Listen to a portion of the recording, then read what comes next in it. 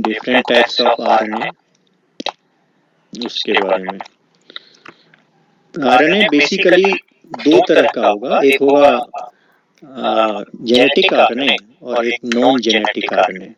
Genetic RNA जो होता है वो कुछ वायरस में होता है, उसके अलावा नॉन जेनेटिक आरएनए, जो नॉन जेनेटिक आरएनए जैसे कि हम जानते हैं ये एमआरएनए होता है, टीआरएनए होता है, आरआरएनए होता है।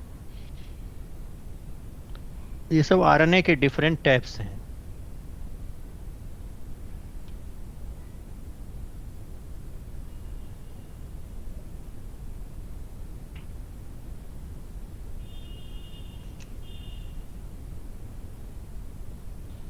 सो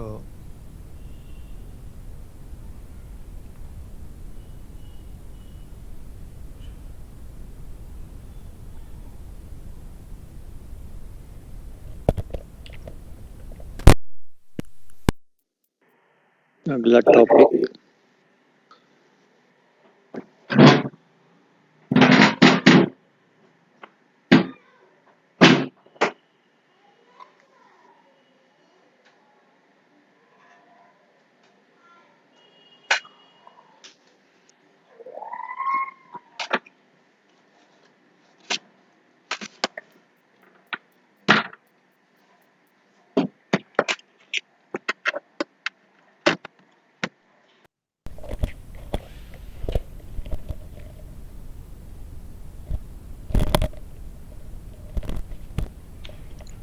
टेस्ट में जो आ रहा है ना वो ट्रांसक्रिप्शन तक ही आ रहा है ना। अगला जो टेस्ट होगा उसमें ट्रांसक्रिप्शन तक ही रहेगा ना, प्रोकैरियोटिक और यूकैरियोटिक ट्रांसक्रिप्शन। देखा है किसी ने? Yes sir. अच्छा, ट्रांसक्रिप्शन तक ही है। तो जितना आ रहा है वो सब करवा दिया है मैंने। कब होगा टेस्ट? 2 तारीख को। 2 सितंबर। तो वहाँ तक टेस्ट वहाँ तक हमारा सिलेबस हो गया है। हम लोग आरएनए, जेनेटिक आरएनए होता है, नॉन जेनेटिक आरएनए।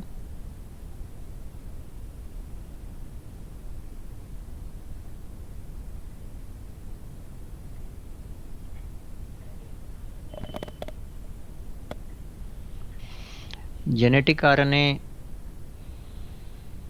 ये कहाँ मिलेगा?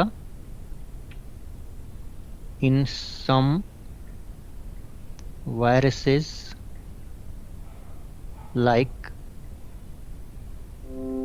टोबैको मोजैक वायरस, एक एग्जाम्पल, और वैसे एग्जाम्पल बहुत सारा है।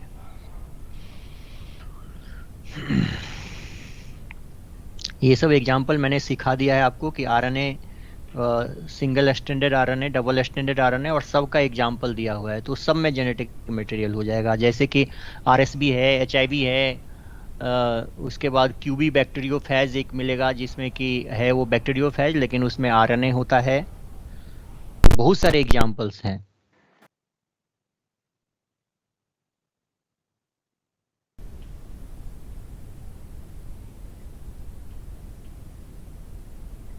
Polio virus, rabies virus, corona virus.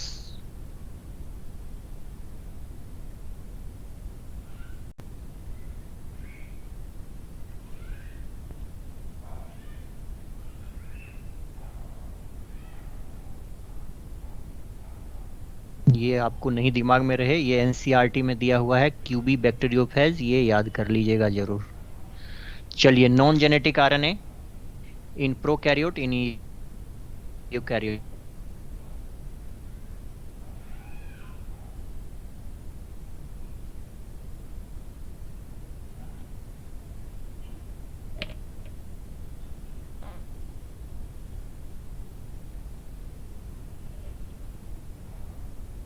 Prokaryotes में ध्यान में क्या रखेंगे, तो प्रोकैरियोट का एग्जाम्पल सब जिसमें कि एमआरएनए, आरआरएनए, टीआरएनए। यूकैरियोट में भी यही करना है, एमआरएनए, आरआरएनए, टीआरएनए, एक एक्स्ट्रा इसमें हो जाता है small nuclear RNA, SN RNA. तो यही चीज हमें आज डिस्कस करना है। एमआरएनए से शुरू कीजिए।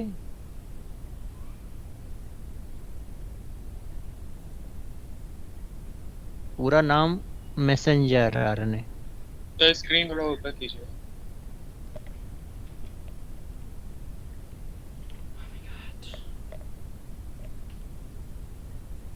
Messenger RNA.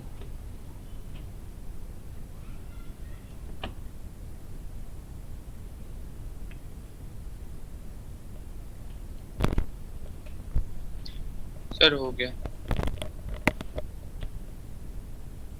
मैसेंजर आरएनए जो है ना, ये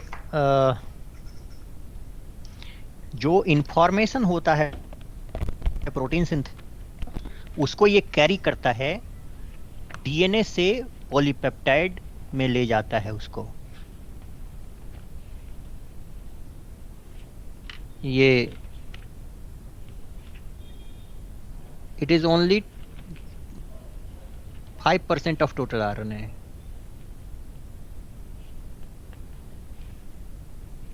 5% of total RNA.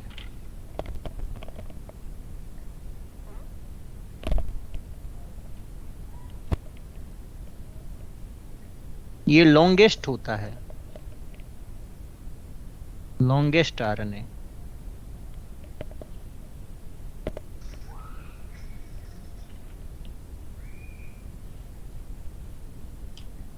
carries information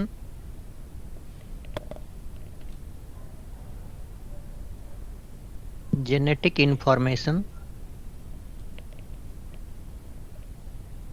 from DNA to polypeptide.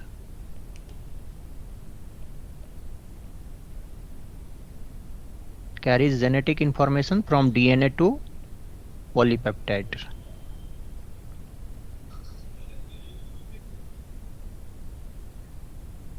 इसका लाइफ जो होता है ना, ये लिस्ट स्टेबल आरएनए है, list stable RNA.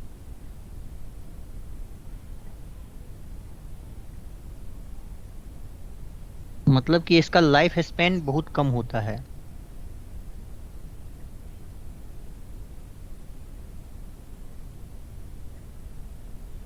Smallest life span.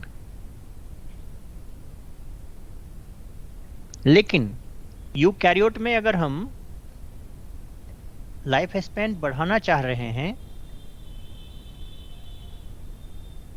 तो उसके लिए एक स्ट्रक्चर बनता है, life span of eukaryotic mRNA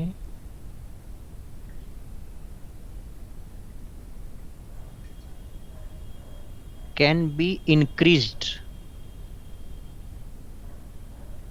by the formation of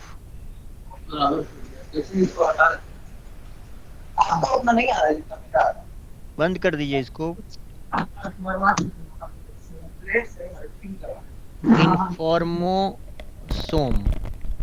इन्फॉर्मोसोम एक स्ट्रक्चर बनाते हैं। इसको बंद कीजिए, मुझे जाना पड़ेगा बंद करने के लिए। नहीं है क्या क्लास में? Least stable RNA, life span of eukaryotic RNA can be of informosome. ये इन्फॉर्मोसोम क्या होता है?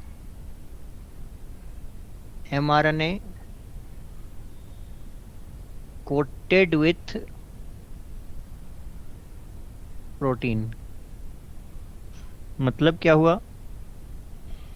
यूकैरियोट में इन्फॉर्मोसोम, हमने 11th क्लास में लिया था इसको, कि जब डिप्लोटीन क्रोमोसोम, ये लैम्ब्रस क्रोमोसोम में बताया गया था कि वो जो है कुछ महीने से कुछ साल तक रह जाता है वर्टिब्रेट में।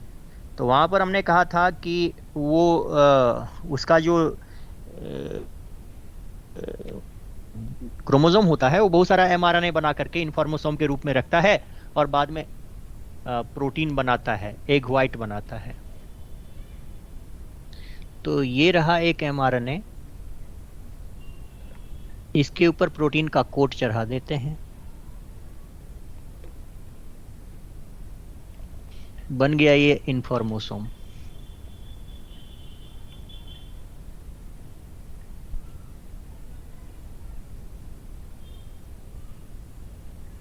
नाउ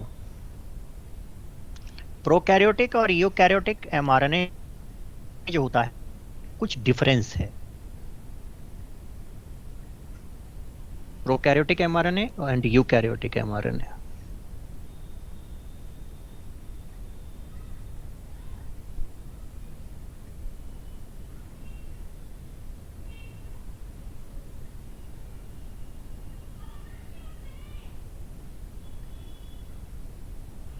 क्या डिफरेंस है इस दोनों में, कुछ पॉइंट्स देखिए।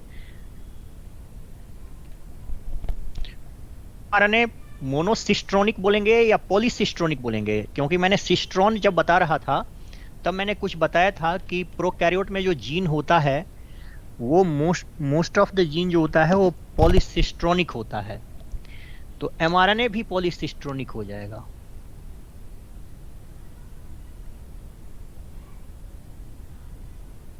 मोनोसिस्ट्रोनिक।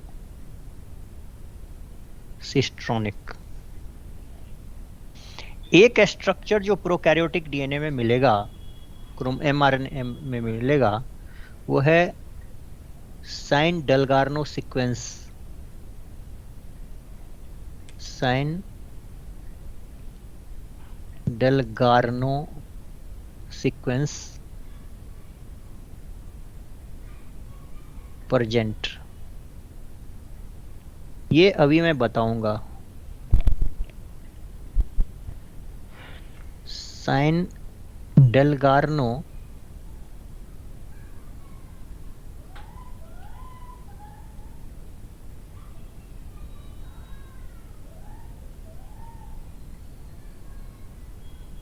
sequence is absent.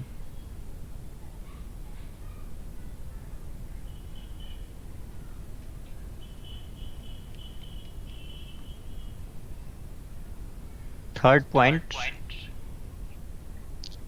प्रोकैरियोटिक जो होता है इसमें आपको मैंने यूकैरियोट जब बता रहा था तो उसमें जो है 7 mg cap, poly A tail, ये सब बताया था। 7 mg cap, poly A tail and एक होता है यूटीआर, वो सिखाऊंगा। यूटीआर आर एब्सेंट, और इसमें 7 mg cap, poly A tail and UTR are present. तो मोनोसिस्ट्रोनिक, पॉलीसिस्ट्रोनिक, ये अभी डिटेल नहीं हो पाएगा। ये जब जीन रेगुलेशन करेंगे तो जीन रेगुलेशन के टाइम में अपने आप समझ में आ जाएगा। एक होता है वहाँ पर लैक ऑपरॉन, लैक ऑपरॉन का जो जीन होता है वो पॉलीसिस्ट्रोनिक जीन होता है, तो वहाँ पर पता चल जाता है। और साइन डेलगार्नो सिखा देता हूँ और यूटीआर वगैरह सिखा देता हूँ। तो ये साइन डेलगार्नो सीक्वेंस पता करते हैं।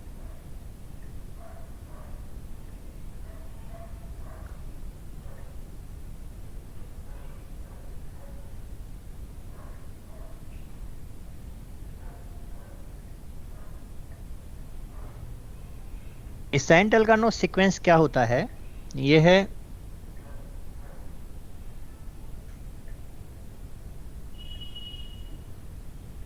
sequence of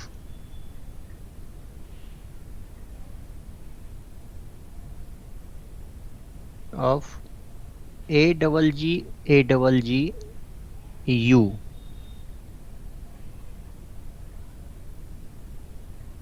at 5 prime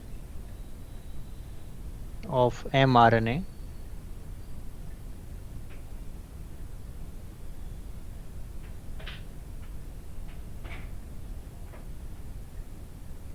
present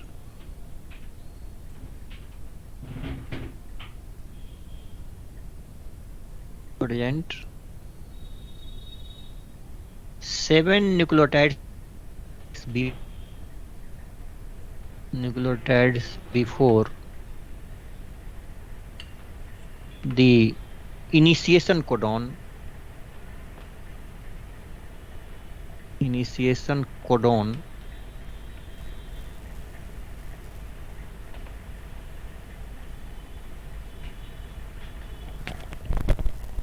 initiation codon जो होता है वो AUG होता है। ये सब कोडॉन अभी नहीं हुआ है, जेनेटिक कोड होगा तो उसमें इनिशिएशन कोडॉन आएगा।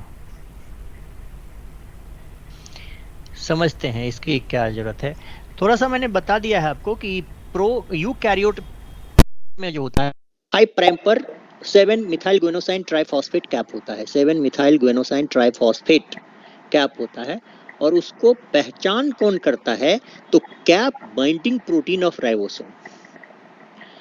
एक्चुअली होता क्या है, न्यूक्लियस के अंदर mRNA बनेगा यूकैरियोट में, तो उसको मैंने कहा था कि 5 प्राइम पर ये दे देंगे, 3 प्राइम पर ये दे देंगे, बीच में उसको एक्सॉन को जोड़ करके फिर उसको साइटोप्लाज्म में लाएंगे। तो साइटोप्लाज्म में जब आएगा तो जैसे ही जो है राइबोसोम को पता चलेगा, तो राइबोसोम जाएगा उसके साथ प्रोटीन सिंथेसिस करने के लिए, बाइंड करेगा कहीं। तो कहाँ बाइंड करेगा? तो 5 प्राइम पर बाइंड करेगा। 5 प्राइम पर उसको क्या देख करके बाइंड करेगा? तो कैप देख करके, कैप बाइंडिंग प्रोटीन उसको पहचानेगा और बाइंड करेगा। प्रोकैरियोट में ट्रांसक्रिप्शन और ट्रांसलेशन एक ही कंपार्टमेंट में हो रहा है, साइटोप्लाज्म में हो रहा है। जैसे ही छोटा सा बनता है तो उसके साथ 5 अटैच करेगा कौन? राइबोसोम, और ट्रांसलेशन शुरू करेगा। तो 5 प्राइम पर भी कहाँ अटैच करेगा? क्योंकि यहाँ पर ये होता है, एक चीज का हमें हमेशा ध्यान रखना चाहिए, एक न्यूक्लियोटाइड का भी कहीं पर गड़बड़ हो गया तो गलत एमाइनो एसिड पॉलीपेप्टाइड में आ जाएगा, और उसका खामियाजा तो आपको पता ही है कि GAG के बदले GUG हो गया, तो सिकल सेल और 15 साल जाते जाते मर गया। अब यहाँ पर 5 प्राइम पर शुरू तो करेगा प्रोटीन सिंथेसिस, लेकिन कहाँ पर एग्जैक्ट लोकेशन? तो उसके लिए जो है साइन एंड डलगार्नो, 2 ऑस्ट्रेलिया के साइंटिस्ट थे, ये दोनों साइंटिस्ट का नाम है sign and डलगार्नो।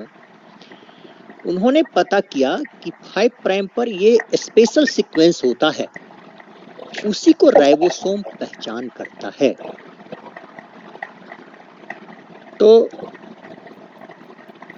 of AGGU at 5 prime of mRNA present 7 nucleotides before the initiation codon AUG. It is recognized by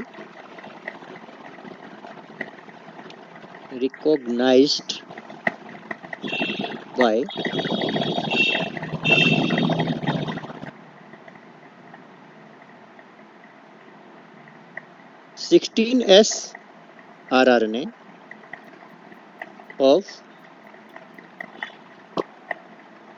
30S, a smaller subunit of ribosome, a smaller subunit of ribosome 30S, उसका नाम है 30S। देखिए इस sign डलगार्नो sequence को,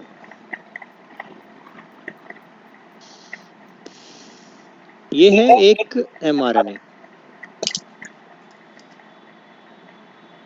ये एक mRNA है।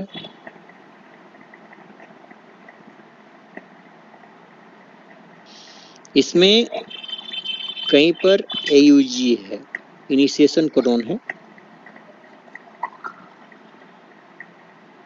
ए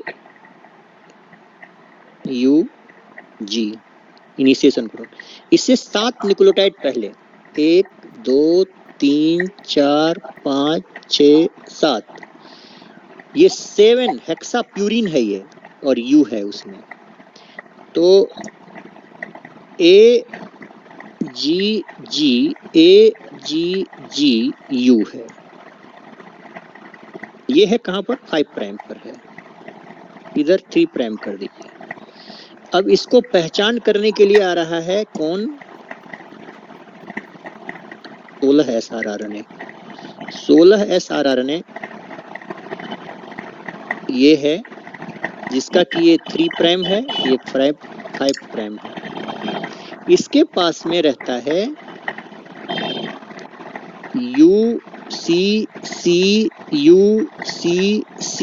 ए। ये है mRNA, ये है 16 SRRNA। यहाँ से यहाँ तक जो आपको ये दिख रहा है, इसका नाम है सैन-डलगार्नो सीक्वेंस।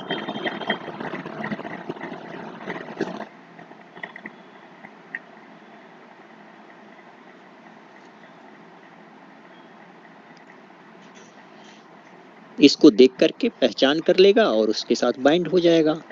ये 16 SRRNA 30S में होता है, इसकी यही जरूरत है। तो सैन और डलगार्नो 2 ऑस्ट्रेलिया के साइंटिस्ट थे, इन्होंने ये बात पता किया था, इसलिए ये सीक्वेंस होता है, इसलिए इस सीक्वेंस का नाम दे दिया गया सैन डलगार्नो सीक्वेंस। देखिए बच्चों, ये क्लियर हो रहा है, समझ में आया ये बात क्या मैं कहना चाह रहा हूँ? हाँ सर अब ये कोडॉन का मतलब क्या बताए थे? क्या चीज? कोडॉन का क्या मतलब बताए थे सर? कोडोन, अगला टॉपिक यही है। जेनेटिक कोड होता है ना, कोडोन होता है ना, 3 न्यूक्लियोटाइड का सीक्वेंस को कोडोन कहा जाता है। तो ये इनिशिएशन कोडोन है। इसमें AUG जो है ना, उसका नाम मैंने रखा है इनिशिएशन कोडोन। यहाँ से प्रोटीन सिंथेसिस शुरू होता है। प्रोटीन सिंथेसिस का काम इनिशिएशन कोडोन से शुरू होता है। तो आप कहेंगे कि इतना इससे पहले ये सब क्यों है? प्रोटीन सिंथेसिस एक, उसमें कहीं पर कोई गलत गड़बड़ी नहीं होना चाहिए। तो इसको आकर के पहचान करेगा, इसके साथ बाइंड करेगा। पूरे mRNA का प्रोटीन सिंथेसिस नहीं होता है, उसमें इनिशिएशन कोडोन से स्टॉप कोडोन होता है, वहां तक होता है प्रोटीन सिंथेसिस। तो वो कोडोन क्या है, जेनेटिक कोड में जाएंगे तब बताएंगे। और किसी को कुछ पूछना था? अभी बोल रहे थे सर, यही पूछना था, AUG क्या initiation codon? Initiation combination codon ये सब आएगा थोड़ा सा एडवांस में। अगर आप NCERT पढ़ लेते, जेनेटिक कोड इसके आगे है, पता है? Genetic code, yes sir. उसमें बहुत कुछ लिखा हुआ है, वहां पर हम जाएंगे, तुरंत जाएंगे। मुझे पहले ये सब सारे तरह के RNA करने दीजिए। Okay sir. अब आइए यूकैरियोटिक mRNA में।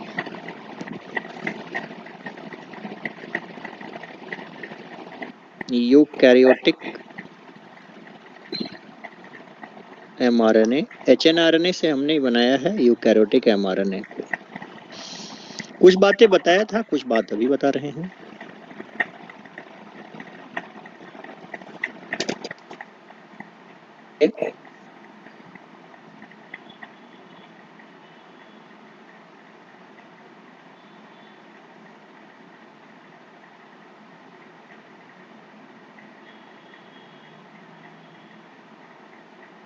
ये एक मैं mRNA ले रहा हूं। इस mRNA में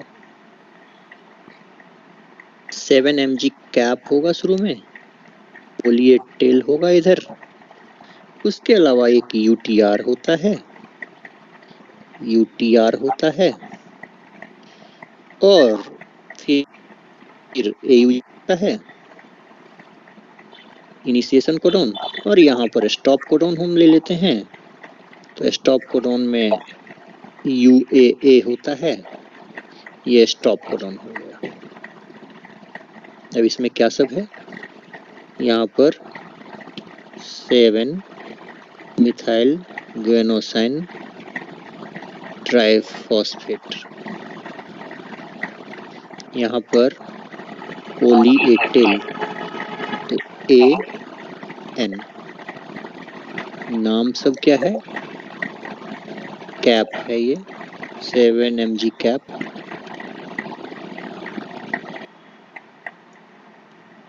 पोली ए टेल 5 प्राइम 3 प्राइम, इसका नाम होता है UTR।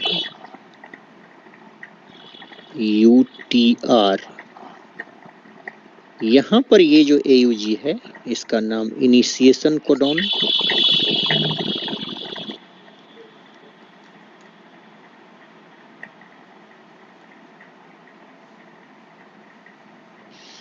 इसका यहाँ जो है इसका नाम है स्टॉप कोडॉन या टर्मिनेशन कोडॉन। ये जो प्रोटीन सिंथेसिस होगा ना वो यहाँ से लेकर के मान लीजिए कि ये तो ले लेते हैं लेकिन स्टॉप कोडॉन का नहीं होता है, फिर भी मैं यहाँ तक ये ले रहा हूँ, कोडिंग रीजन इसको लिखा जाता है, इसको कोडिंग रीजन बोल दीजिए।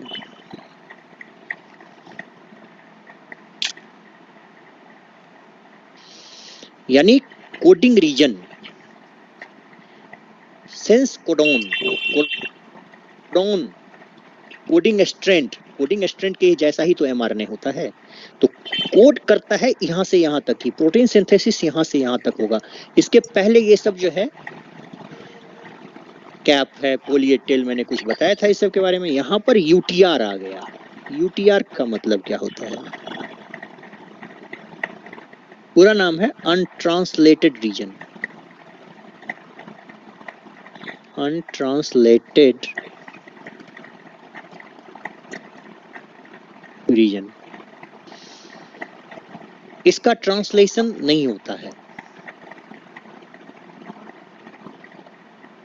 नो ट्रांसलेशन ऑफ, यहाँ पर जो न्यूक्लियोटाइड सीक्वेंस होता है, nucleotide sequence of this region, nucleotide sequence of this region has no translation.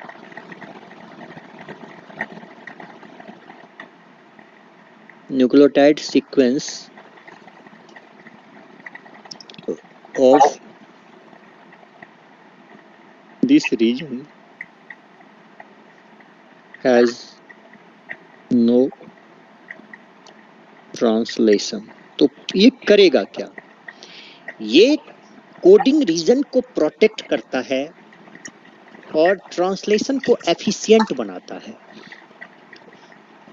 It protects coding region and increases translational efficiency. It protects coding region and increases translational efficiency.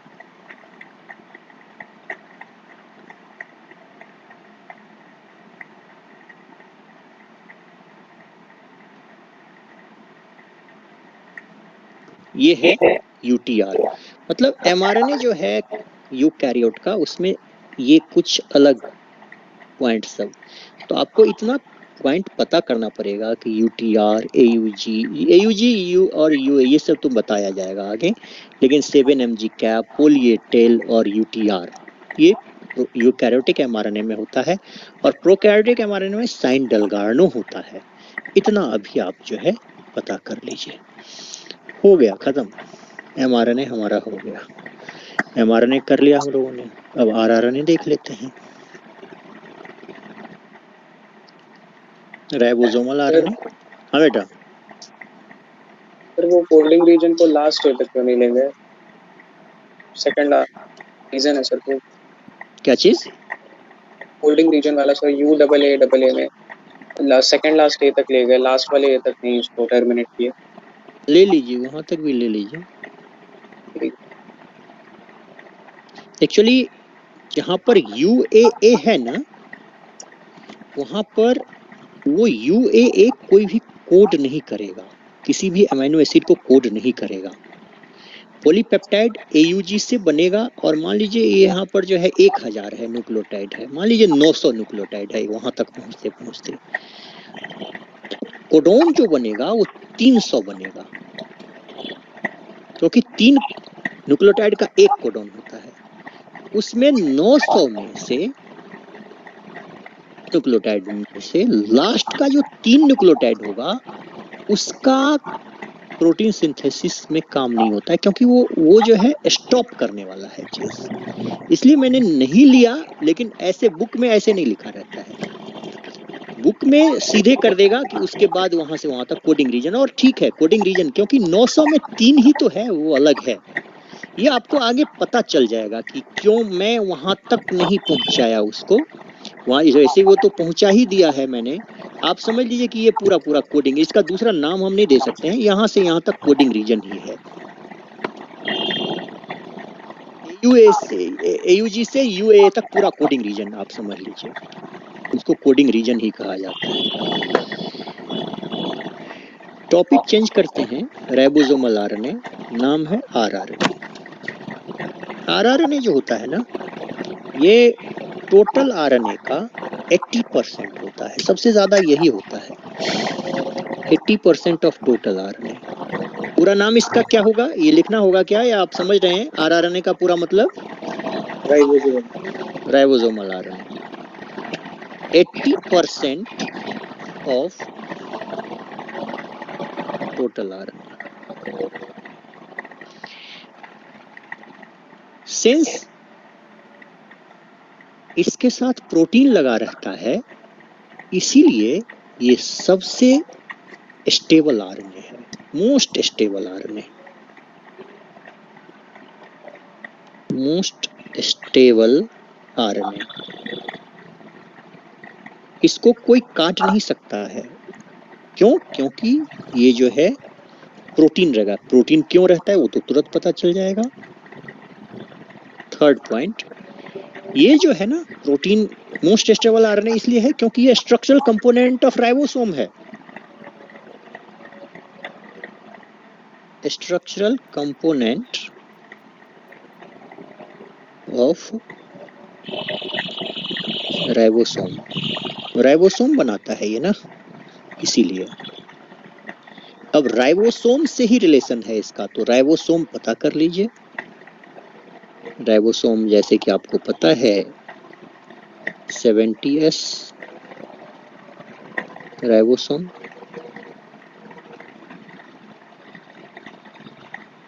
80S ribosome,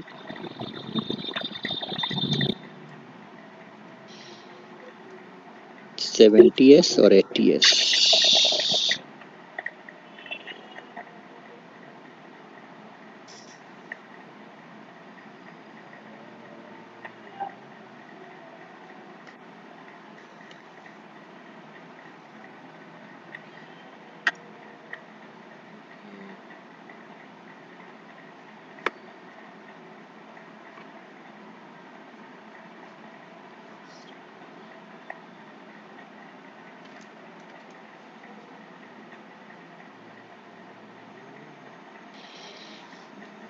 देखिए इसमें क्या सब है, इसमें 16S RNA और उसके साथ proteins होते हैं। इसमें 23S RNA plus 5S RNA plus proteins होते हैं। ये है 30S, ये है 50S, ये है 40S, ये है 60S। इसमें 18S rRNA प्लस प्रोटीन्स, और इसमें 28S rRNA plus 5.8S rRNA plus 5S rRNA plus proteins.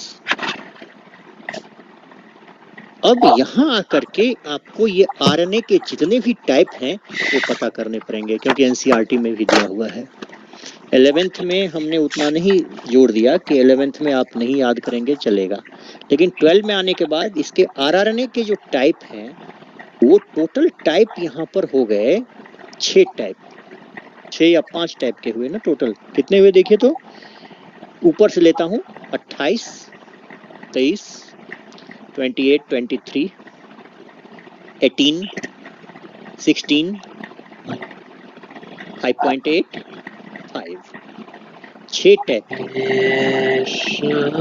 इसमें से एक कॉमन है प्रोकैरियोट और यूकैरियोट में। कौन आरआरएनए कॉमन है दोनों में? 5S आरआरएनए दोनों में कॉमन है। आप याद कैसे करेंगे? 5 से 28 जाइए आप। 5, 5.8, 16, 18, 23, 28। इसको याद करना पड़ेगा आपको, क्योंकि इसमें बहुत सारी बातें हैं, इसलिए याद करना ही पड़ेगा, इसका कोई तरीका नहीं है।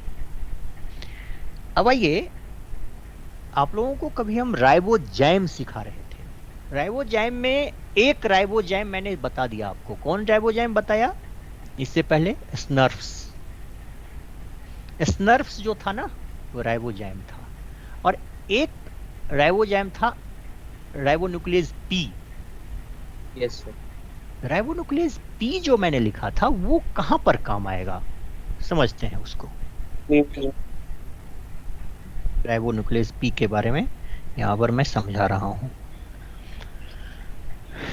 यूकैरियोट की बात कर लीजिए। यूकैरियोट में राइबोसोम का जो सब यूनिट्स है वो 40 और 60S, उसका बायोजेनेसिस यानी कि उसका निर्माण, उसका सिंथेसिस कहाँ होता है? यूकैरियोट में राइबोसोमल सब यूनिट्स का बायोजेनेसिस कहाँ होता है?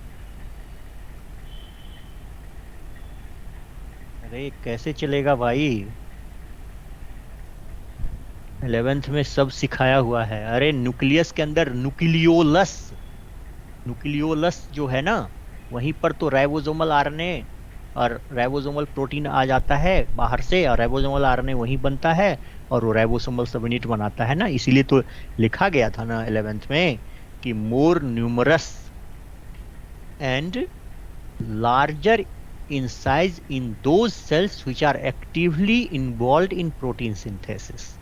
न्यूक्लियोलस के बारे में लाइन लिखाए थे कि न्यूक्लियोलस का जो साइज होता है वो लार्ज होता है और नंबर भी ज्यादा होता है उस सेल में जो प्रोटीन सिंथेसिस ज्यादा करता है, यानी इसका नंबर वेरिएबल होता है। मैंने कहा कि ह्यूमन के डिप्लॉयड सेल में 13, 14, 15, 21, 22 5 पेयर होता है क्रोमोसोम, जो राइबोसोमल मतलब जो है न्यूक्लियोलस बनाने का काम करता है। कुछ नहीं याद है आप लोगों को, या कुछ याद है, या आया याद? हाँ जी सर आया। शब्द कोई बोल ही नहीं रहा है तो कैसे समझेंगे कि याद आया? सर दोबारा बता दीजिए। दोबारा बता दूंगा। 11th दोबारा पूरा बताना ही पड़ेगा, उसके लिए तो रिवीजन है। एनसीईआरटी में क्लियर लिखा हुआ है कि न्यूक्लियोलस जो होता है वो राइबोसोम बनाता है, न्यूक्लियोलस राइबोसोम बनाता है। इतना तो याद कर लीजिए भाइयों। राइबोसोम कहाँ बनता है? राइबोसोम फैक्ट्री का फैक्ट्री, राइबोसोम फैक्ट्री है ना जी, प्रोटीन का फैक्ट्री। Yes sir. Yes, तो sir. उसका फैक्ट्री कौन है? न्यूक्लियोलस। न्यूक्लियोलस उसका फैक्ट्री है। तो न्यूक्लियोलस, अभी इतना तो बता दीजिए कि न्यूक्लियोलस राइबोसोमल सबयूनिट बना, राइबोसोम का निर्माण न्यूक्लियोलस करता है। मेरा क्वेश्चन यहाँ पर था, टफ क्वेश्चन था, और ये आसान चीज ही नहीं हो रहा है तो टफ कैसे होगा? मेरा क्वेश्चन यहाँ पर ये था कि यूकैरियोट में जो आरआरएनए है वो 28, 18, 5.8 और 5, उसमें से 5s आरआरएनए जो होता है वो न्यूक्लियोप्लाज्म में बनता है, और जो रेस्ट है 18, 28, 18 और 5.8 ये न्यूक्लियोलस के अंदर बनता है, और एक ही प्रिकर्सर से बनता है जिसका नाम होता है 45s आरआरएनए। तो in eukaryotes,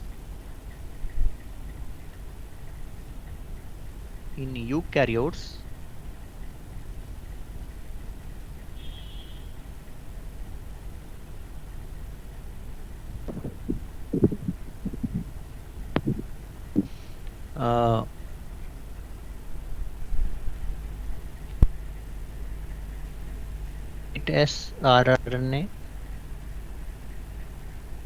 18S rRNA and 5.8S rRNA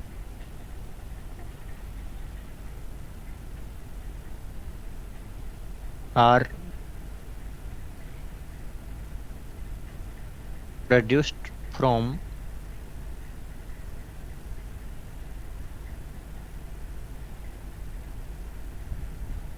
(45S rRNA precursor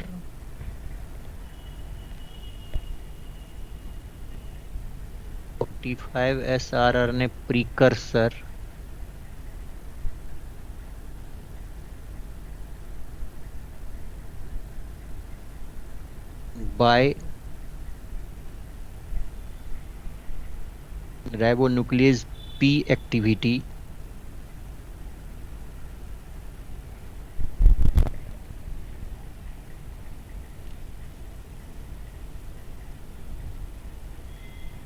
ribonuclease P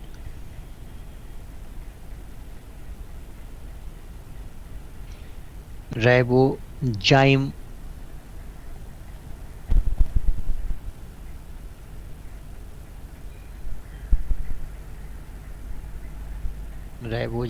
activity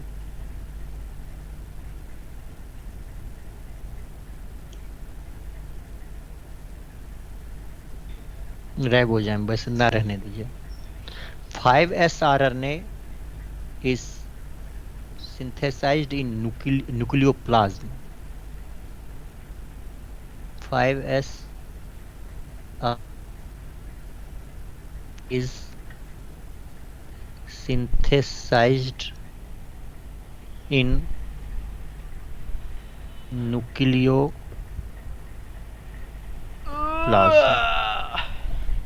अब आइए मेन पॉइंट क्या हम बताना चाह रहे हैं उसको समझिए। ये है एक राइबोसोमल आरएनए। इस राइबोसोमल आरएनए का नाम है 45S आरआरएनए, 45S आरआरएनए। इसमें राइबोन्यूक्लियस पी का एक्टिविटी है, आरएनए में है एंजाइम का एक्टिविटी, तो उस एंजाइम का नाम है राइबोन्यूक्लियस पी।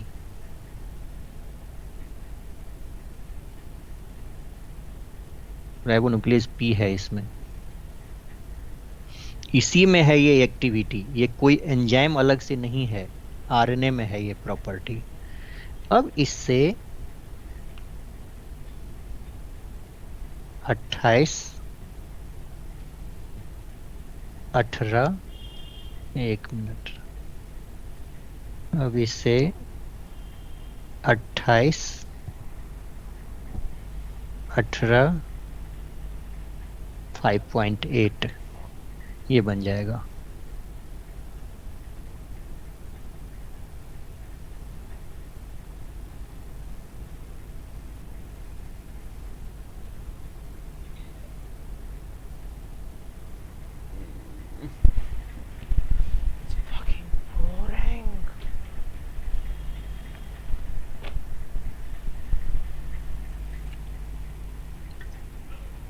अब आप कहेंगे कि सर ऊपर में 45 और नीचे में 28, 18, 5.8 ये सब मिलकर के तो 50 से भी ज़्यादा हो जाएगा।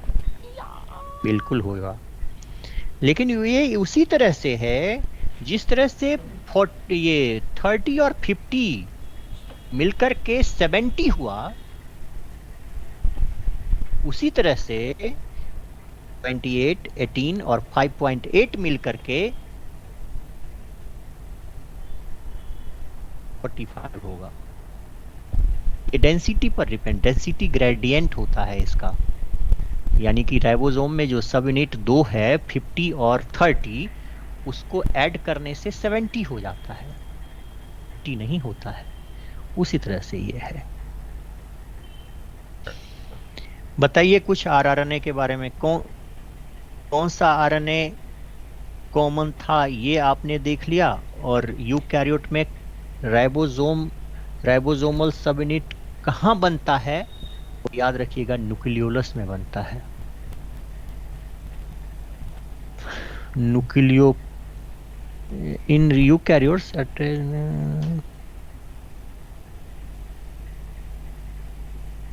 एक बात हमने नहीं लिखा, लेकिन यहाँ पर in eukaryotes 28S, 18S, 5.8S are produced from 45S precursor by ribonuclease P in nucleolus. Nucleolus में बनेगा। इसको मुझे जो है ये लिखने का कोई मतलब ही नहीं बनेगा फिर।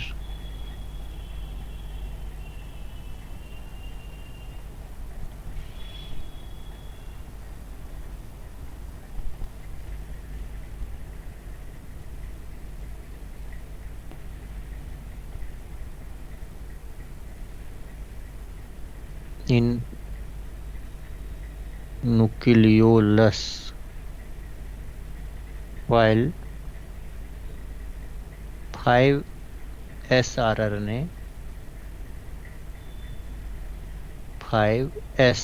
rRNA is synthesized in nucleoplasm. Nucleolus का ध्यान रखिए कि न्यूक्लियोलस में बनता है ये सब, और एक अलग न्यूक्लियोप्लाज्म में बनता है। अब ये क्लियर हो गया। देखिए बच्चों,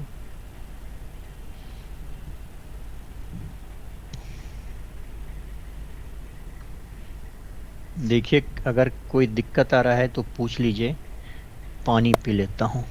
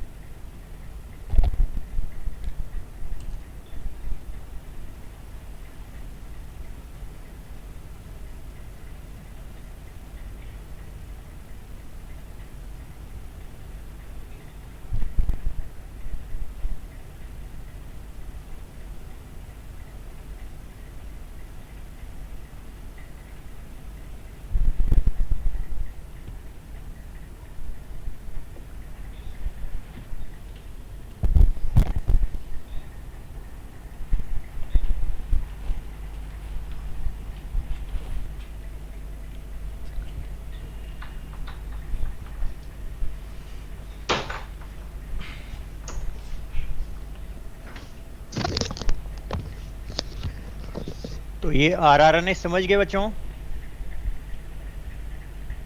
आरआरएनए के टोटल टाइप्स कितने आपको पता चला? 6 टाइप के। इस प्रोकैरियोट में 4 टाइप के,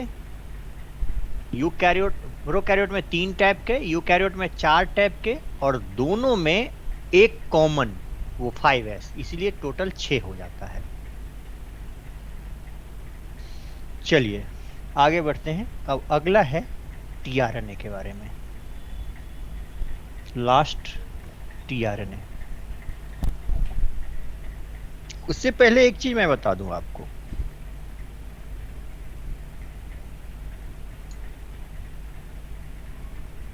ये जो राइबोसोम होता है ना, उसमें एनसीईआरटी में प्रोटीन सिंथेसिस वाले पेज में कहीं पर लिखा हुआ है कि ribosomes have about 80 different types of proteins. RRNA तो बता दिया, लेकिन प्रोटीन इसमें 80 तरह के प्रोटीन बताया गया है। इस लाइन को लिख देता हूं, एनसीईआरटी का लाइन है ये, राइबोसोम्स हैव 80 अबाउट भी लिख देता हूं, about 80 different types of proteins।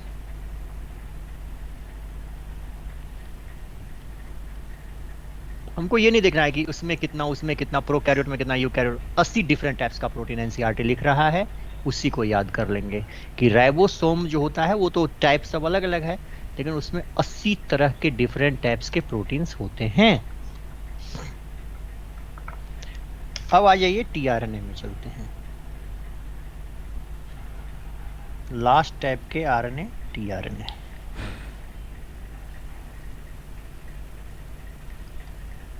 इसको ट्रांसफर आरएनए कहा जाता है, आपको पता है।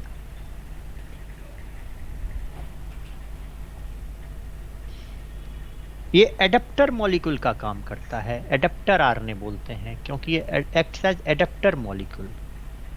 लेकिन उससे पहले एक चीज और, also called sRNA, मतलब soluble RNA। soluble RNA क्यों? Due to being smallest in size, सबसे छोटा होता है ये। अब सबसे छोटा है तो लग रहा है कि घुला हुआ है आरएनए, वैसे डीएनए आरएनए तो जो है लिक्विड फॉर्म में ही इसका और थोड़े पता चलता है। क्रोमोसोम थ्रेड जैसा, धागे जैसा दिखता है, लेकिन ये सब पता नहीं चलता है। तो ये जो है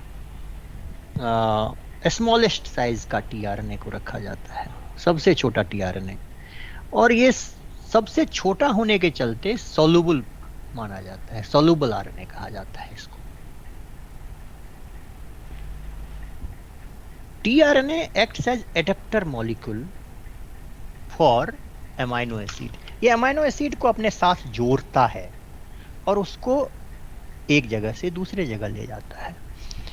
अब ये सब चीज को थोड़ा सा इमेजिन कीजिए, तब आपके दिमाग में ये बैठेगा, नहीं तो बैठेगा ही नहीं। मैं एक बार सुनाता हूं, यूकैरियोट के बारे में सुनाता हूं। यूकैरियोट में एमआरएनए, टीआरएनए, आरआरएनए सब कुछ न्यूक्लियस के अंदर बनेगा। एमआरएनए और टीआरएनए साइटोप्लाज्म में आ जाता है, और आरआरएनए न्यूक्लियोलस जो होता है वहां पर राइबोसोमल सबयूनिट बनाता है 40-60। अब वो राइबोसोमल सबयूनिट आता है साइटोप्लाज्म में, सब कुछ साइटोप्लाज्म में है। अब एमआरएनए जैसे ही आता है साइटोप्लाज्म में, तो उसको खोज करके, जैसे ही आया साइटोप्लाज्म, न्यूक्लियस से बाहर निकला कि उसको देख करके राइबोसोम प्रोटीन फैक्ट्री घूमता रहता है, उसके साथ आकर के अटैच हो जाता है। जहां पर सैंडल का RNA होता है उसके साथ 16 बाइंड कर जाएगा। अब वो बाइंड कर गया। इधर क्या होता है, tRNA जैसे आता है ना साइटोप्लाज्म में, तो वो खोजता है कि अमीनो, उसके पास में एंटीकोडोन होता है, मतलब tRNA जो होता है उसके पास में कुछ ऐसा होता है कि कोडोन का जो अमीनो एसिड होगा, जैसे GUG होगा तो वैलिन का नाम का, उसी के अकॉर्डिंग एंटीकोडोन वाला tRNA आएगा और वो अमीनो एसिड पूल होता है उस साइटोप्लाज्म में, उसमें खोजेगा कि हमारा अमीनो एसिड कौन है, उसको अपने साथ बाइंड कर लेगा, वो बन जाता है amino acid tRNA।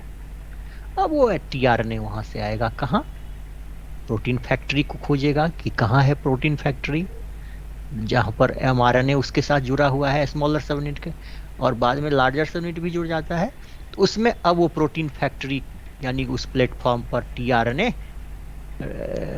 Amino acid को ला करके दे देगा। एक अमीनो एसिड आ गया, tRNA ले आया है। अब दूसरा tRNA एक अमीनो एसिड को लाएगा उसी जगह पर, तो पहला वाला और दूसरा वाला में पेप्टाइड बॉन्ड बन जाएगा। अब तीसरा tRNA एक अमीनो एसिड लाएगा, फिर तीसरा बन जाएगा, फिर चौथा लाएगा, पांचवा लाएगा, छठा, 1000 लाएगा। जितना अमीनो एसिड एक पॉलीपेप्टाइड में जोड़ना होगा सब वहां पर आता जाएगा और एक लंबा सा पॉलीपेप्टाइड बन जाएगा। तो ये जब तक आप दिमाग में इमेजिन नहीं करेंगे तब तक ये चीज आपको क्लियर वैसे होगा नहीं फिगर। प्रोकैरियोट में कैसे बताया था हमने, प्रोकैरियोट में देखिए जैसे ही ट्रांसक्रिप्शन शुरू हुआ mRNA छोटा सा बना, राइबोसोम जुड़ गया उसके साथ। अब राइबोसोम जब जुड़ गया तो tRNA को पता चला, tRNA tRNA एक्चुअली जो है mRNA पर जैसा रहता है ना न्यूक्लियोटाइड का सीक्वेंस, उसके अकॉर्डिंग एक tRNA आएगा अमीनो एसिड को लेकर के, फिर दूसरा आएगा, फिर तीसरा आएगा, फिर चौथा आएगा, ऐसे लाता रहेगा और लाता रहेगा। इसमें क्या होता है कि mRNA, tRNA, rRNA इस सब में जो है कहीं ना कहीं एक दूसरे के पास में आता है तो जुड़ने का रहता है, एक दूसरे से बाइंड करता है कुछ देर के लिए।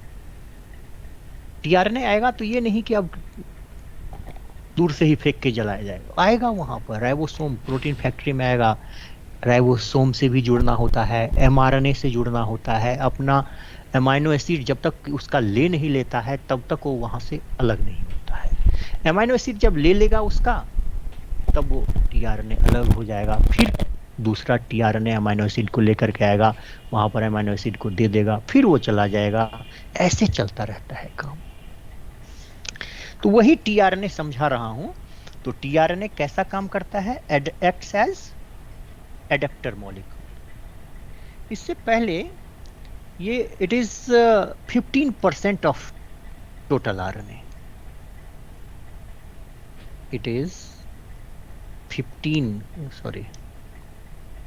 15% of total RNA। तो सबसे ज्यादा कौन था परसेंटेज में, सबसे ज्यादा कौन था, RNA।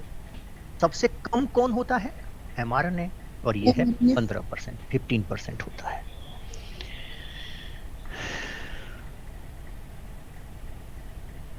इसका काम अभी हम लोग बात कर रहे थे, it acts as adaptor molecule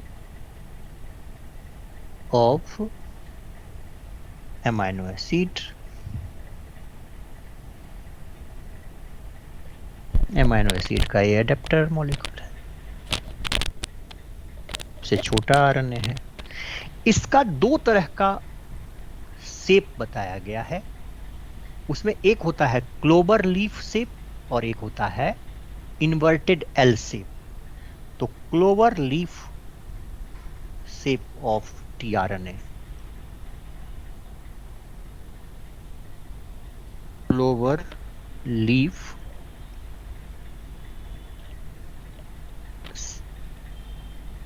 of tRNA, ये है 2 डायमेंशनल structure, two-dimensional structure. इसको दिया था given by R. Holy, Nobel laureate है ये, नोबेल प्राइज मिला हुआ है आर होली फॉर एक ऐसा टीआरएनए जो ईस्ट में, इन्होंने ईस्ट में देखा क्या एक टीआरएनए है जो ईस्ट में पता किया, ईस्ट में रिसर्च किया कि एक टीआरएनए है जो एलानिन को अपने साथ बाइंड कर रहा है। तो R Holley for yeast alanyl, alanine से बना है एलानाइल टीआरएनए, जिसके पास में ये स्मॉलेस्ट आरएनए है, आरएनए में भी ये सॉरी स्मॉलेस्ट टीआरएनए यही है, 74 न्यूक्लियोटाइड्स ओनली के पास में होता है। क्लोबर मतलब होता है लॉन्ग, लॉन्ग में जो लीफ होता है उसका शेप का ये बताया, क्लोवर लीफ शेप कैसा होता है ये हम लोग भी देखते हैं।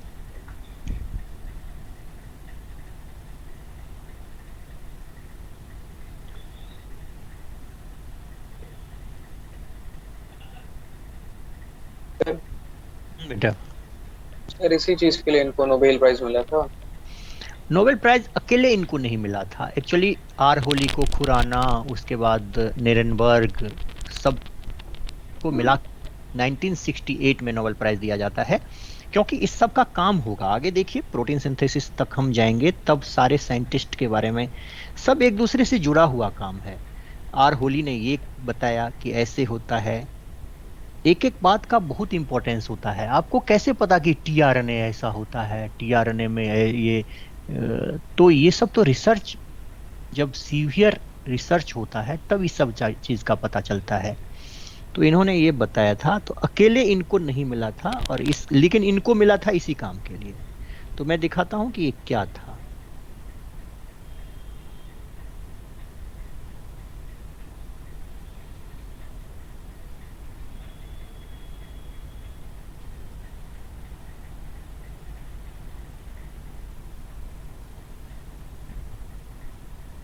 लॉन्ग के लीफ का मैं स्ट्रक्चर दिखा रहा हूं।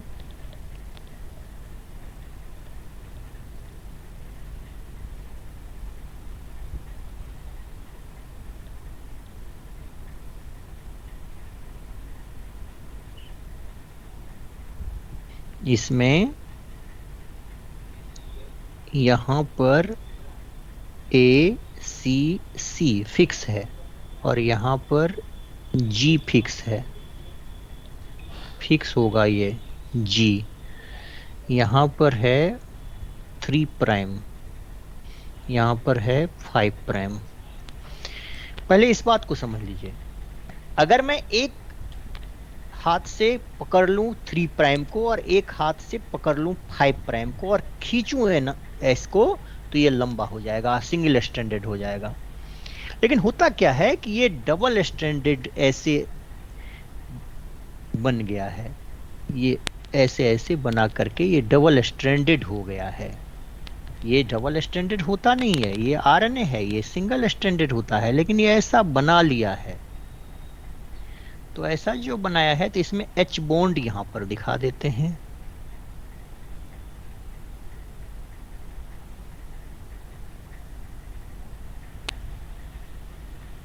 ये गलत तरीके से H बॉन्ड बन रहा है, आरएनए सिंगल स्ट्रैंडेड होता है, ये तो इसमें जो है गलत हो रहा है, ये इसके चलते ये ऐसा लग रहा है, बन गया है। तो इसमें क्या सब है, इसी A के साथ यहाँ पर जो A है 3 प्राइम पर, तो एक अगर हम न्यूक्लियोटाइड का पॉलीन्यूक्लियोटाइड बनाएंगे तो उसके 3 प्राइम पर क्या फ्री मिलेगा हमको, नहीं पता, याद कीजिए। जब आप ऐसे जोड़ते चले जाएंगे,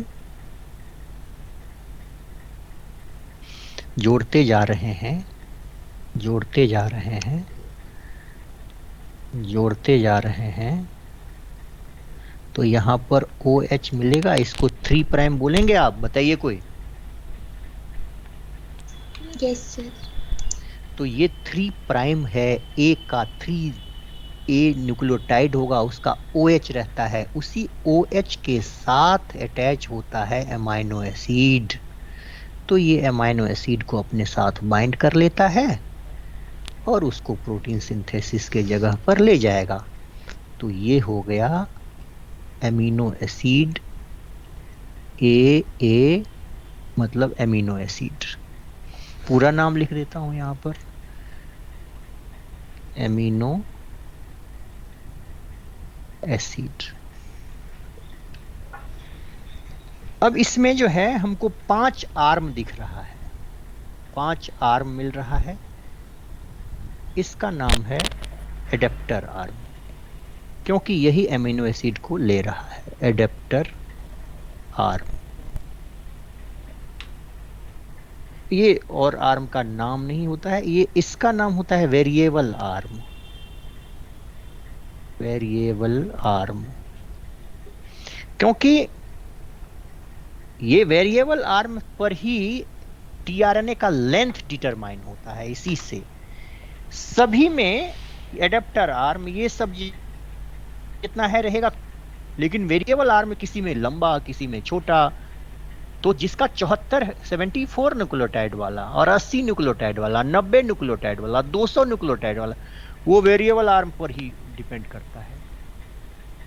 ये टीआरएनए, एक टीआरएनए से दूसरे टीआरएनए में इसका लेंथ वेरी करता है और सब सेम रहता है, एकदम फिक्स है सबका। इसका नाम होता है ये अच्छा है, जहां जहां H बॉन्ड नहीं बना उसको लूप कहा जाता है। तो इसका नाम है EHU लूप। इसका यहाँ पर 3 न्यूक्लियोटाइड का ऐसा रहता है कि वो एंटी कोडोन बनाता है, तो इसका नाम हो जाता है anti codon loop. Codon, anti codon, ये सब टर्म आएगा जेनेटिक कोड में, एंटी कोडोन लूप। और ये होता है PCC लूप। तो टीआरएनए जो है ना, टीआरएनए में क्या सब है? लूप है और आर्म है। आर्म कितना है? 5 है आर्म। और लूप कितना है? 3 लूप है। तो एंटी कोडोन लूप, और आपको दिख रहा है आर्म, सब ये सब चीज।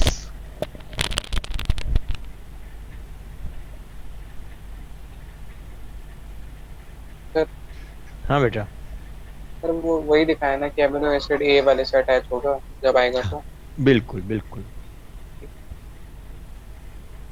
ये अटैच किया हूं। ए का मतलब अमीनो एसिड नहीं, ए के साथ अमीनो एसिड अटैच कर दिया।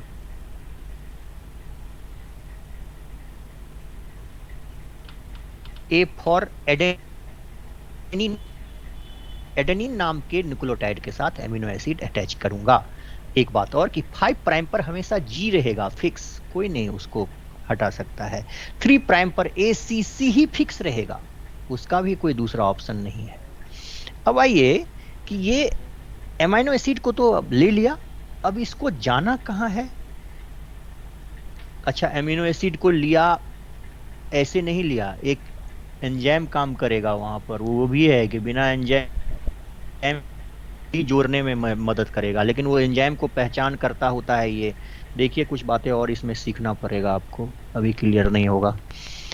सबसे पहला ले लीजिए आप, नाम है DHU loop, DHU loop.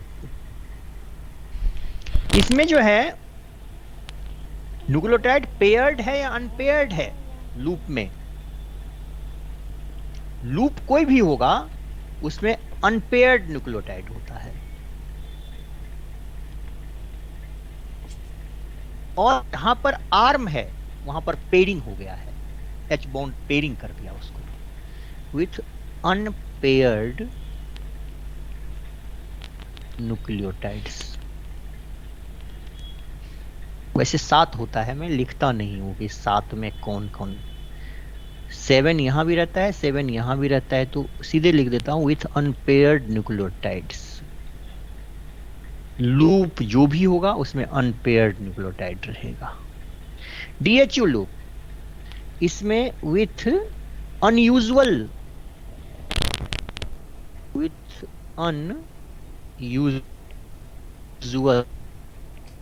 Base oblique nucleotide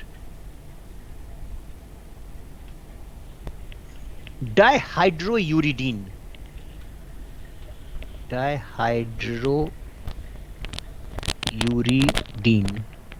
देखिए यूरिडीन तो हमको पता है, यूरासिल यूरिडीन बनता है, फिर यूरिडीन मोनोफॉस्फेट बनता है, लेकिन ये कह रहा है dihydrouridine with unusual base oblique nucleotide dihydrouridine, इसीलिए इसका नाम हो गया DHU। यूरासिल का एबनॉर्मल अनयूजुअल फॉर्म है ये, डाइहाइड्रोयूरासिल, डाइहाइड्रोयूरिडीन है ये। इसका काम क्या है? इसका काम है कि ये एक एंजाइम होता है अमाइनो एसिड tRNA सिंथेटेज, उसको पहचान करेगा। इट इज रिकॉग्नाइज्ड बाय, या इट इज रिकॉग्नाइजेज, ये खुद रिकॉग्नाइज करेगा उस एंजाइम को। it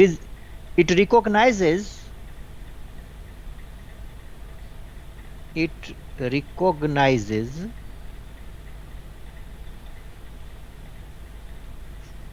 एंजाइम एक होता है amino acyl tRNA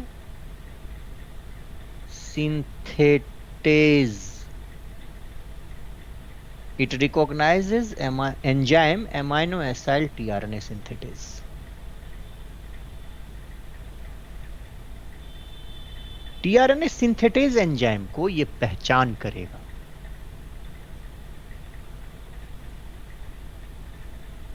amino acyl tRNA synthetase during protein synthesis.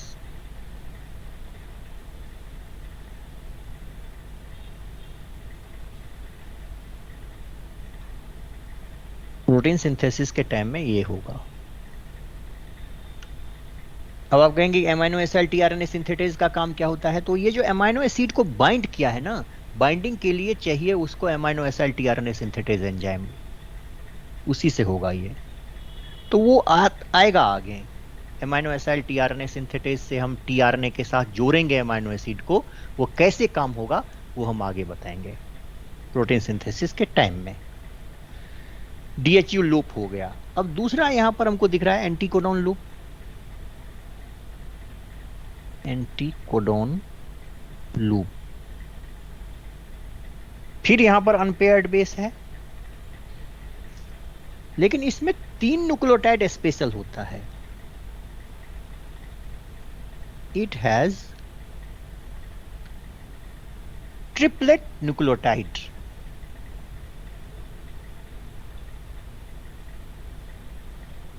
Nucleotides कैसा?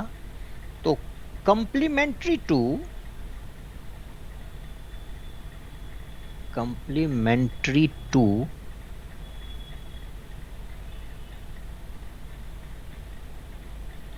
कोडॉन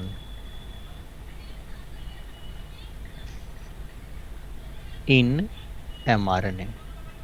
mRNA में 3 न्यूक्लियोटाइड रहता है, एक कोडॉन होता है, उसका कंप्लीमेंट्री अपोजिट इसके पास में होता है।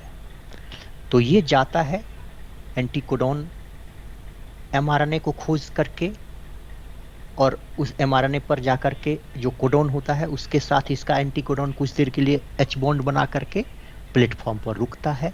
जब इसका एमाइनो एसिड ले लेता है तब वो वहां से हटेगा। तो इसको जो है mRNA से भी जुड़ना है, तो इसका 3 काम एक्चुअली हो गया। एक तो एंजाइम को पहचान करके एमाइनो एसिड को जोड़ लिया, फिर ये चला गया एंजाइम वहां पर राइबोसोम के पास गया, वहां पर राइबोसोम भी था और एमआरएनए था, तो एमआरएनए के साथ भी इसका अटैचमेंट होगा और राइबोसोम के साथ भी अटैचमेंट होगा, लेकिन वो कुछ देर के लिए होगा, परमानेंट नहीं, फिर वो हट जाता है वहां से। तो अब इसका तीसरा जो पार्ट है वो है टी-साई-सी लूप। नेक्स्ट देखते हैं, नाम है टी-साई-सी लूप।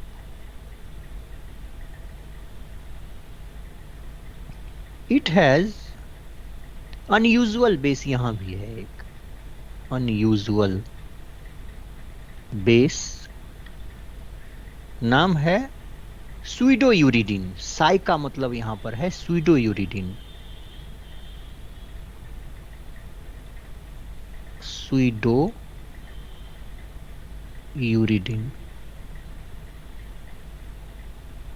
साई, साई होता है इसमें, स्यूडोयूरिडीन यानी साई रहेगा। इसका काम देखिए ये क्या करता है, it recognizes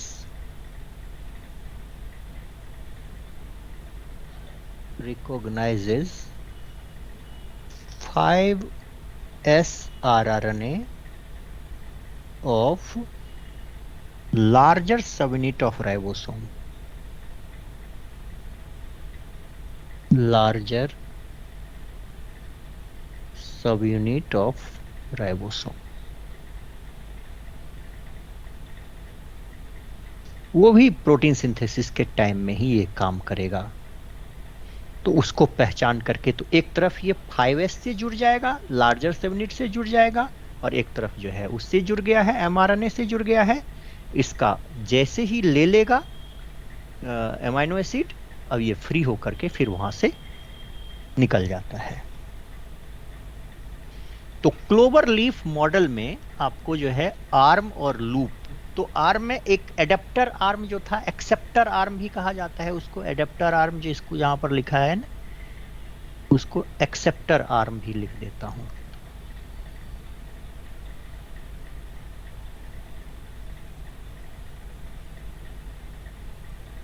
ये हो गया। तो ये 2D मॉडल कहलाता है। आर होली का दिया हुआ ये क्लोवर लीफ मॉडल होता है। क्लोवर लीफ इसका शेप है। इसमें क्या है, तो मेनली इसमें लूप एंड आर्म्स। अब दूसरा है इसमें 3D मॉडल एक होता है जिसको inverted L shape 3D model, 3 dimensional होता है वो, 3 डायमेंशनल स्ट्रक्चर। तो एक और मैं ले रहा हूं,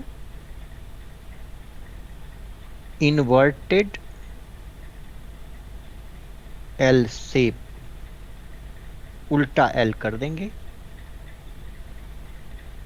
ये है 3 डायमेंशनल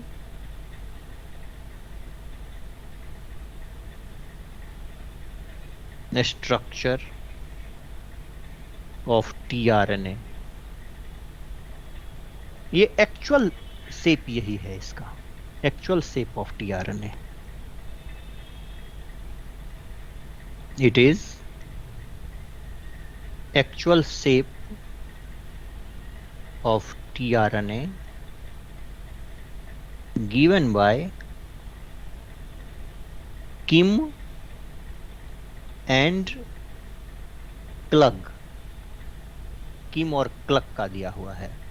तो इन्वर्टेड एल मैं बना नहीं रहा हूं, ये मैं आगे दिखाऊंगा जब मुझे प्रोटीन सिंथेसिस करना होगा। ऐसे बना देते हैं इसको, और इस पर एंटीकोडोन यहाँ रख देते हैं, और इससे यहाँ पर जो है एमिनो एसिड जोड़ देते हैं।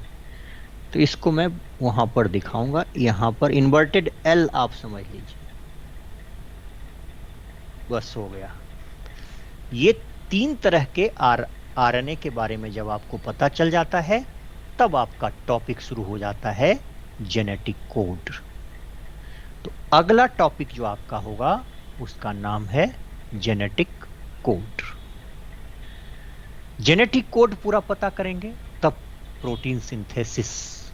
प्रोटीन सिंथेसिस के बाद ये टॉपिक मेनली सेंट्रल डॉगमा जो है यहाँ एंड होता है।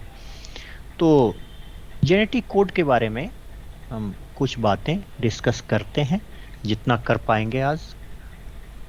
देखिए अब आइए, ये आरएनए में किसी को अभी पूरा चीज मुझे नहीं लग रहा है कि कंसेप्चुअली क्लियर नहीं हो पाएगा जब तक आप जो है प्रोटीन सिंथेसिस को इमेजिन नहीं कर पाएंगे सही तरीके से। वैसे जितना मैंने लिखा है इसके बाहर नहीं करना है आपको, और ये सब चीज क्लियर होगा धीरे धीरे जब प्रोटीन सिंथेसिस तक पहुंचेंगे तब। तो टॉपिक चेंज कर रहा हूं, जेनेटिक कोड। ये क्या है? जेनेटिक कोड को हम कैसे समझते हैं? एमआरएनए पर न्यूक्लियोटाइड का सीक्वेंस है। अब वो न्यूक्लियोटाइड का सीक्वेंस कितना होगा, तो एक जीन जितना लंबा होता है उसी के अकॉर्डिंग एमआरएनए उसका सीक्वेंस बहुत लंबा न्यूक्लियोटाइड का होता है। और उसमें जो न्यूक्लियोटाइड का सीक्वेंस है उसका रिलेशन कहीं ना कहीं पॉलीपेप्टाइड जो बनेगा उसमें एमिनो एसिड के साथ है। यही है जेनेटिक कोड। तो इसको हम ऐसे लिखते हैं कि ये व्हाट इज जेनेटिक कोड, तो ये इट इज इंटर रिलेशनशिप है। ये किसके बीच में? तो it is inter relationship between nucleotide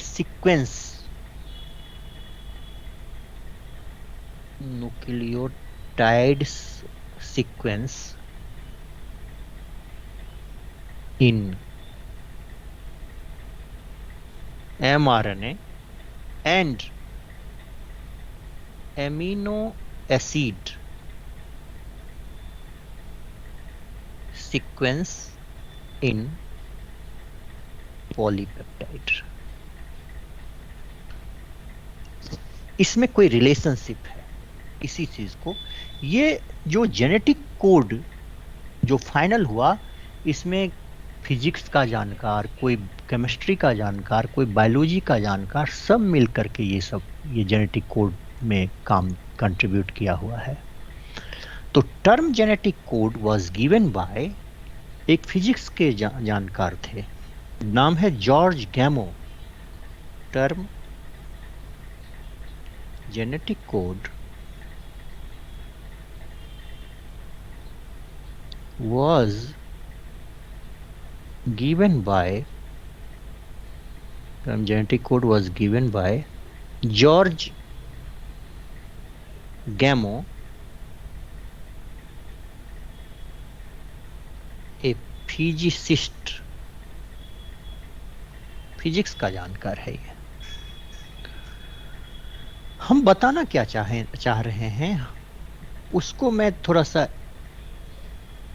ये एक एमआरएनए, इस पर न्यूक्लियोटाइड का सीक्वेंस, जो भी आपके मर्जी आए लिख दीजिए इस पर। सबसे पहले उआ लिख दिया मैंने, ये तो टर्मिनेशन होता है।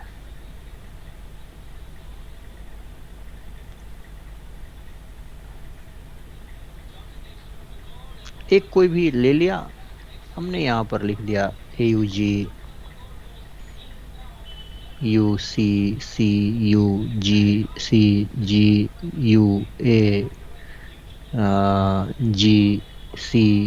कुछ हम लिखते जा रहे हैं। अब ये इसका मीनिंग क्या होता है ये बताना तो बड़ा मुश्किल का काम है। ये एक एमआरएनए है, इस पर हम आपने लिख दिया, और ये जो है पॉलीपेप्टाइड में एमिनो एसिड का सीक्वेंस यही बनाएगा। अब वो कैसा उसका, तो ये AUG का मीनिंग क्या होगा इसमें? जैसे कि मैं लिख दूं कि इससे प्रोटीन सिंथेसिस हुआ, इसमें आ गया मान लीजिए कि मेथियोनिन, ये तो मुझे याद है, पता है, इसलिए मैं लिख रहा हूँ। मेथियोनिन आया, फिर सेरीन आया, फिर सेरीन आया, फिर वैलिन आया, फिर लानिन आया।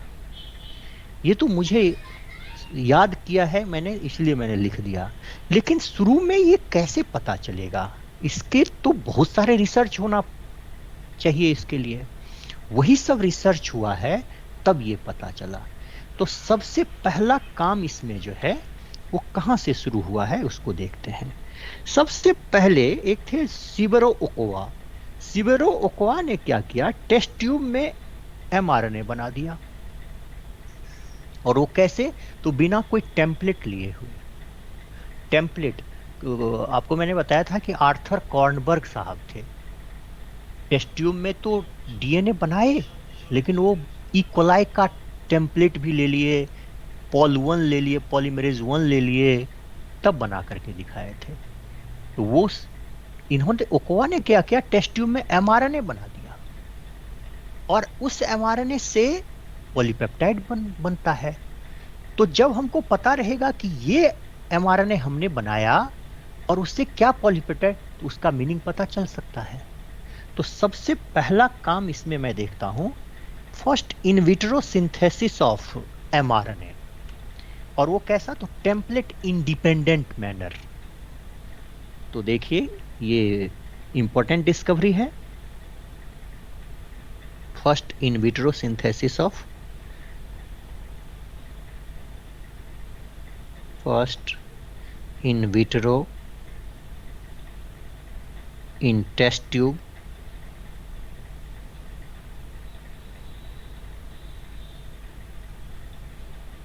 synthesis RNA in template independent manner, template independent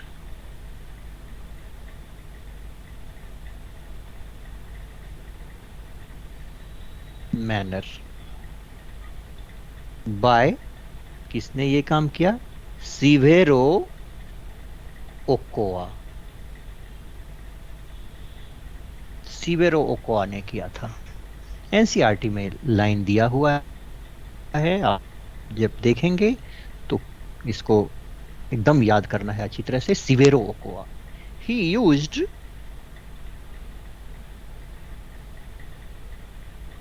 क्या यूज, टेम्पलेट इंडिपेंडेंट तो कर दिया, उन्होंने एक एंजाइम का यूज किया था। ही यूज्ड पॉलीन्यूक्लियोटाइड फॉस्फोराइलेज। इन्होंने जिस एंजाइम का यूज किया था उस एंजाइम का नाम होता है पॉलीन्यूक्लियोटाइड फॉस्फोराइलेज, जिसको कि ओकोआ एंजाइम भी कहा जाता है। यूज्ड पॉलीन्यूक्लियोटाइड फॉस्फोराइलेज यानी ओकोआ एंजाइम। एंजाइम जरूरी है, बिना एंजाइम का जो है नहीं बना सकता है कोई।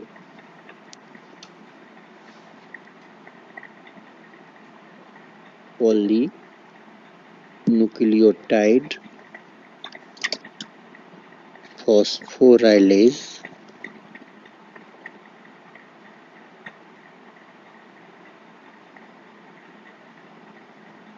ओकोआ एंजाइम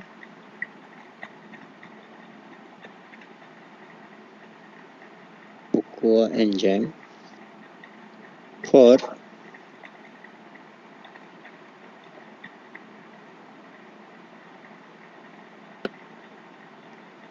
polymerization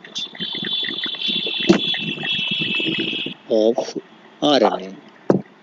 RNA का पॉलीमराइजेशन होगा, मतलब न्यूक्लियोटाइड का पॉलीमराइजेशन होगा।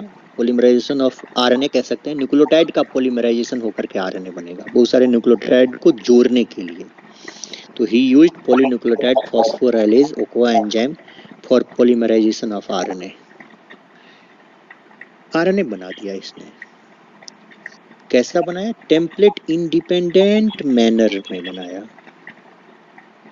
ओकोआ एंजाइम का नाम क्या है, पॉलीन्यूक्लियोटाइड फॉस्फोराइलेज। मतलब टेस्ट ट्यूब में बहुत सारे न्यूक्लियोटाइड लेकर के, और उन्होंने जो है क्या बोलते हैं, न्यूक्लियोटाइड तो 4 ही तरह का होता है, इसमें टी तो आएगा नहीं, एडेनिन होता है, ग्वानिन होता है, साइटोसिन और यूरस।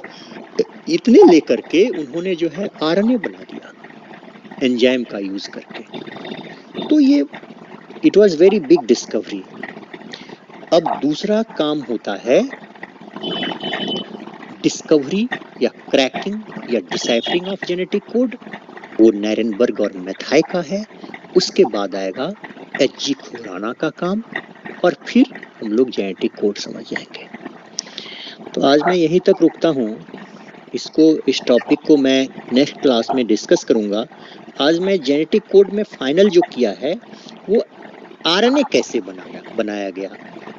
तो टेस्ट ट्यूब में बिना टेम्पलेट का, बिना किसी दूसरे चीज़ का यूज़ किए हुए, सिर्फ न्यूक्लियोटाइड लेकर के और एंजाइम लेकर के, पॉलीन्यूक्लियोटाइड फॉस्फोराइलेज एंजाइम, ओका एंजाइम लेकर के आरएनए बना दिया गया। ये इम्पोर्टेंट काम है। इसके बाद उस आरएनए से पॉलीपेप्टाइड बनेगा। इस काम को दूसरे साइंटिस्ट सब ने किया है और उसका जो है जेनेटिक कोड पूरा पता चल जाता है। ठीक है बच्चों, आज यहीं तक।